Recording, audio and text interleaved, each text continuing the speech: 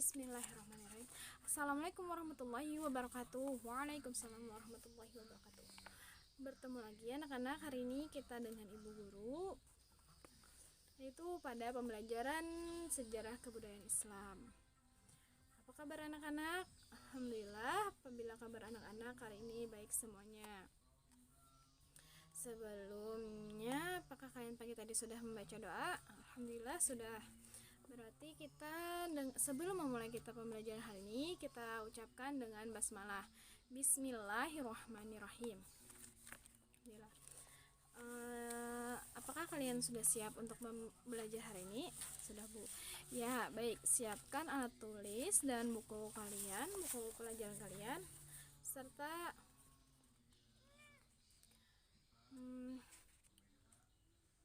silahkan buka pada halaman materi pembelajaran hari ini. Ya, ada yang tahu pembelajaran minggu lalu kita kan mempelajari Wali Songo atau Wali Sembilan, yaitu Sunan Giri, Sunan Gresik, dan Sunan Ampel. Minggu lalunya lagi sunan-sunan yang lainnya. Dan terakhir ini kita yaitu Sunan Bonang.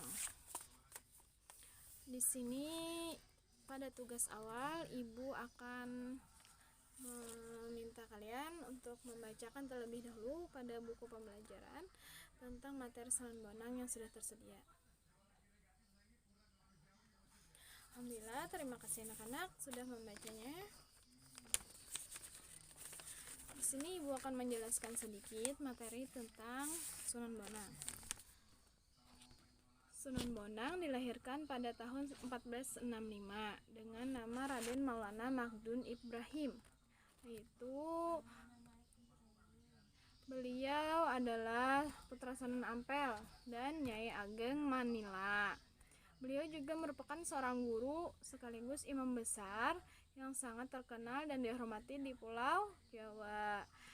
Beliau adalah seorang waliullah dan beliau banyak dianugerahi dengan ilmu-ilmu yang sangat tinggi. Di sini Sunan Bonang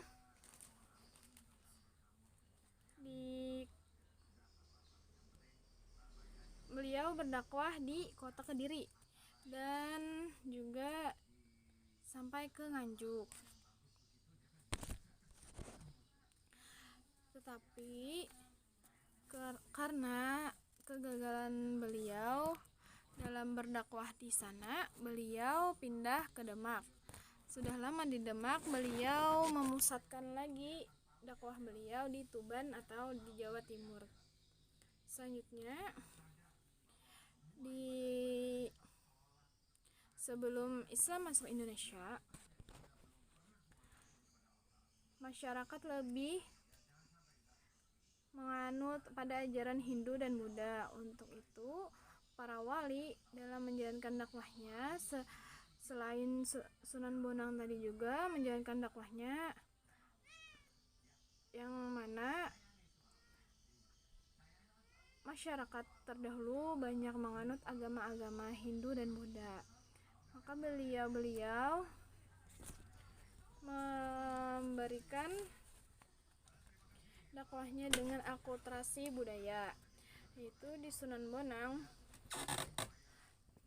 beliau menjalankan dakwahnya tadi dengan menjalankan agama Islam melalui kebudayaan Jawa, seperti memainkan gamelan. Ya, beliau dikenal dengan permainan gamelan untuk menarik simpatik mereka, itu masyarakat-masyarakat yang ada tadi. Selanjutnya, gamelan Bonang merupakan jenis alat kesenian daerah yang terbuat dari kuningan dan berbentuk bulat dengan benjolan di tengah.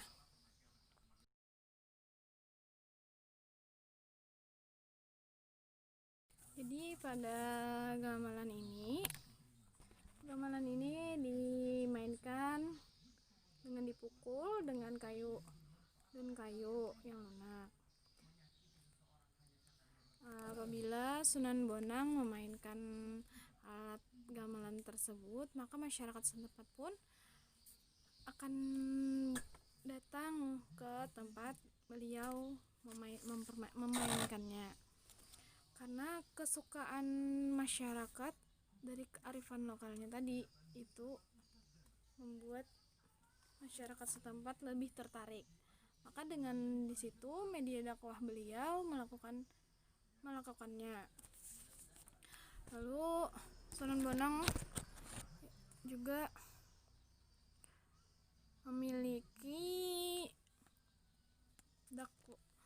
memiliki bahan ajar atau dakwah melalui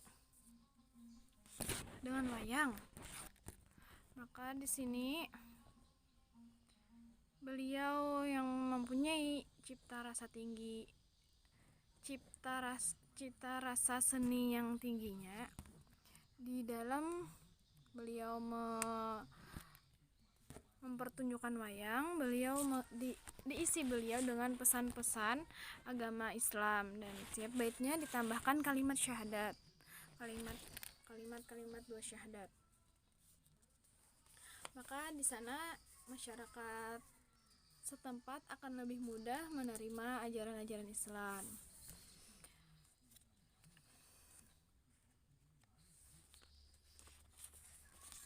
Setelah beliau berhasil merebut hati dan simpatinya masyarakat, maka beliau mengajarkan kepada mereka masyarakat setempat itu dengan pengajaran agama Islam lebih dalam. Ada yang paham anak-anak? Ya.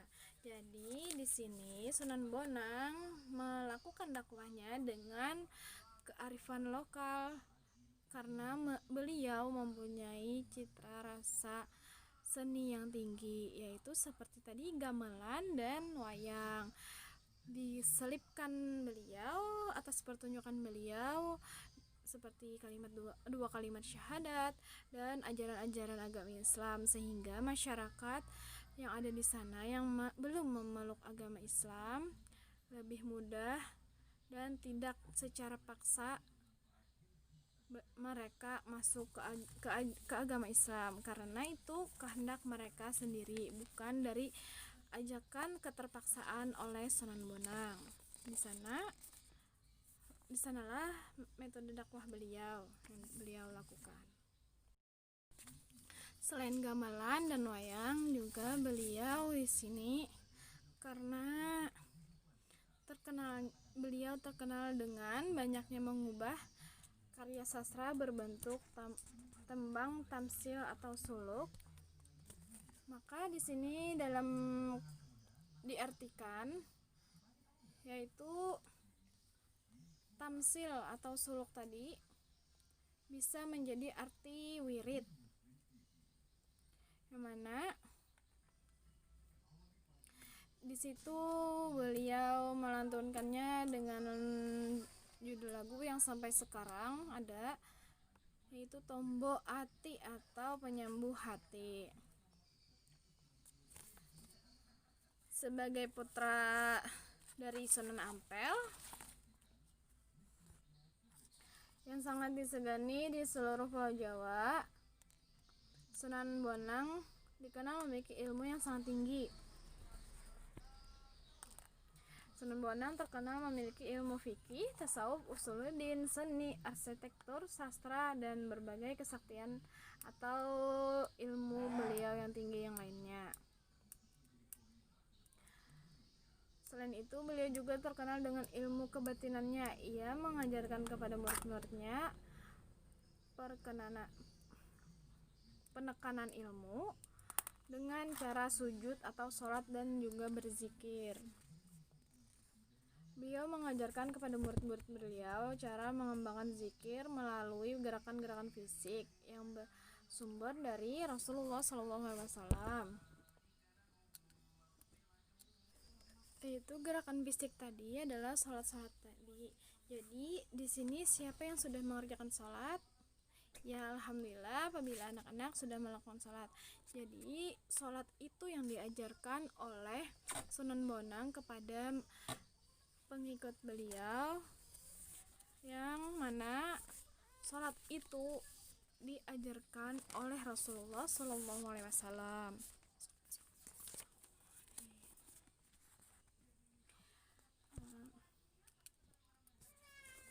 Beliau juga mengajarkan huruf hijaiyah dan yang lainnya.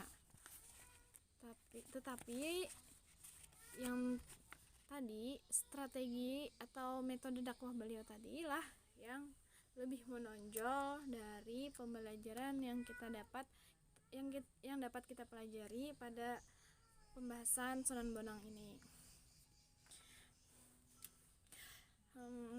Ibu akan memberikan tugas kepada kalian dan kerjakan selama 5 menit.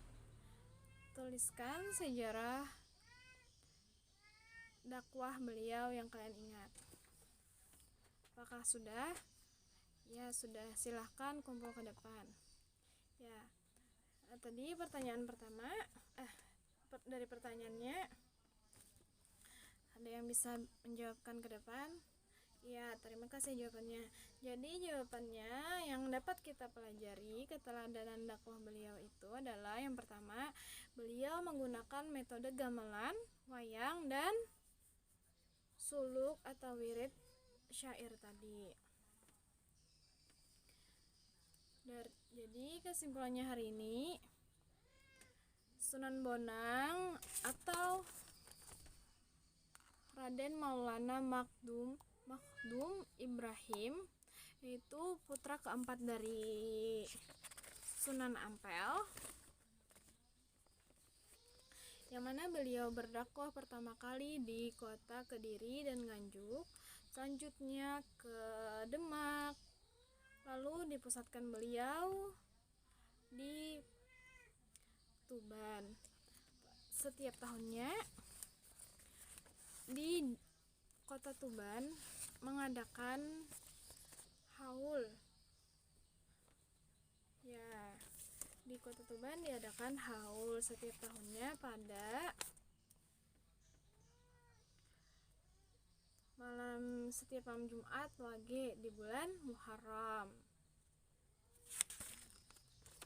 Ya, dakwah beliau dengan menggunakan gamelan, iya pintar, lalu wayang, lalu suluk atau wirid syair tadi, yaitu yang sangat terkenal sampai sekarang, yaitu Tombo Ati.